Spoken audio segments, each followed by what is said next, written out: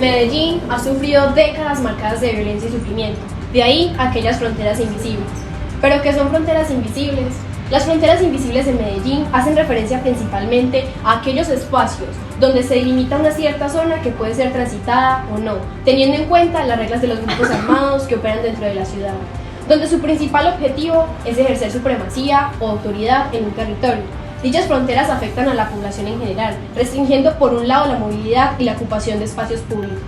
Se debe tener en cuenta que por fronteras invisibles tenemos también aquellos obstáculos no explícitos que limitan el acceso a oportunidades y recursos, tales como la discriminación de género, raza, etnia, orientación sexual, situación económica o discapacidad. Reciben este nombre puesto que no siempre son evidentes o reconocidos por la sociedad, pero aún así logran generar un impacto significativo en la vida de muchas personas. En las diferentes comunas y corregimientos que conforman a Medellín se presentan las fronteras invisibles. En este mapa, tomado del periódico El Colombiano, podemos ver sus 16 comunas y en donde están ubicadas sus fronteras invisibles, como también los grupos delincuenciales que operan en estas.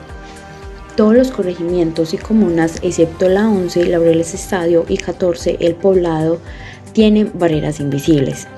Las comunas más afectadas por esto son Villahermosa, Buenos Aires, Belén y Robledo, y los corregimientos de Altavista, San Antonio de Prado y San Cristóbal.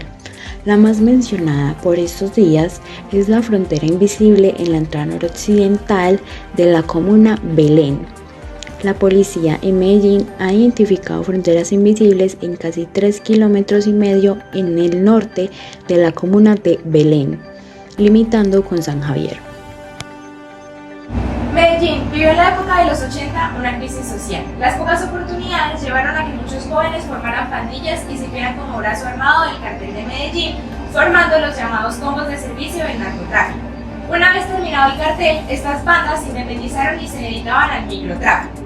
Estas fronteras se han establecido ya que estos combos en sus diferentes zonas se han dedicado a acciones ilegales y violentas como la extorsión, el comercio, el microtráfico y el robo.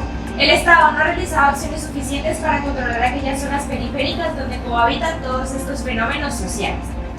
Antes de la existencia de estos grupos de crimen organizado en las comunidades, yo podía ser amigo de mi vecino que vive una cuadra más adelante, pero luego la pandilla determinó que esa era la línea divisoria, entonces yo no puedo ser amigo de mi vecino, aunque vivamos muy cerca, porque ahí es la frontera invisible. Si soy de allá, soy de una pandilla, y si soy de acá, soy de una mara o de otra estructura criminal.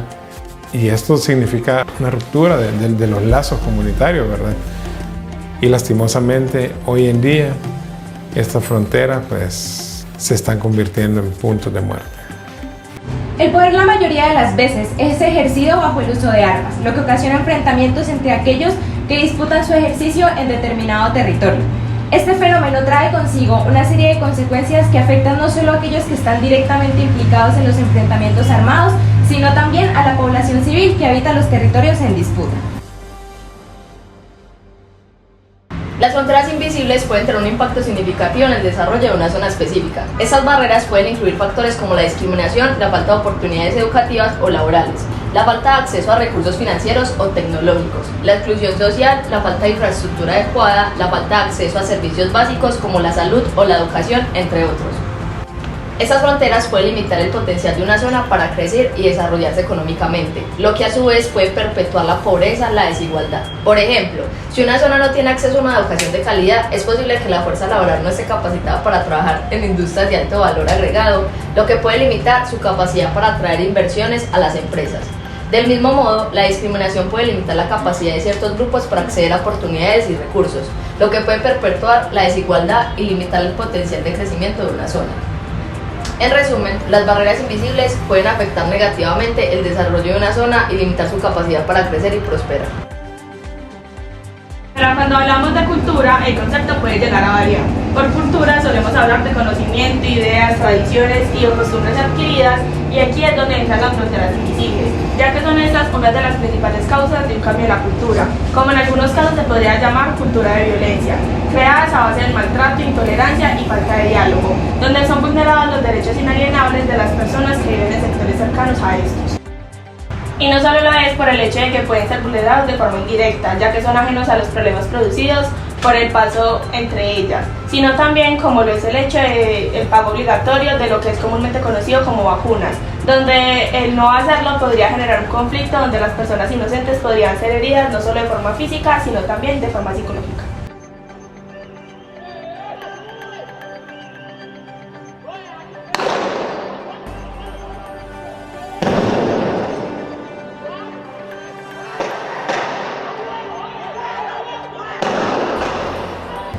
La equidad se ve reflejada en las fronteras invisibles a través de las políticas y prácticas que reconocen y abordan las desigualdades en el acceso a recursos y oportunidades en diferentes comunidades.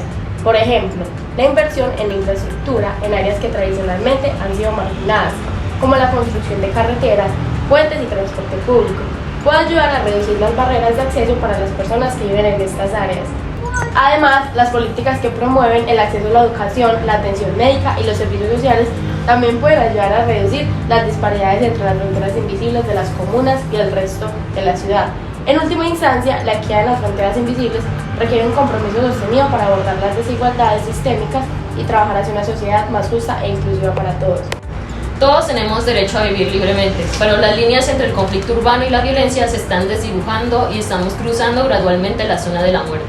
La comunidad tiene desigualdad del modelo económico y la pobreza, los elevados índices de corrupción y desempleo, inequidades sociales y culturales, el acceso a la educación, a la salud y al espacio público, el escaso reconocimiento y el control de las instituciones gubernamentales que pierden autoridad y la pérdida de legitimidad.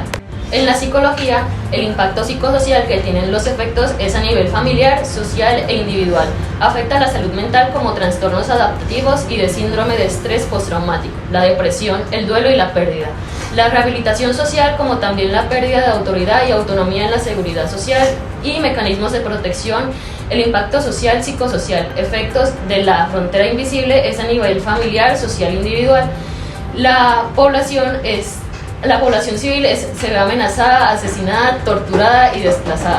También el debilitamiento de la convivencia comunitaria, la deserción escolar, la violación de los derechos y la ausencia del Estado.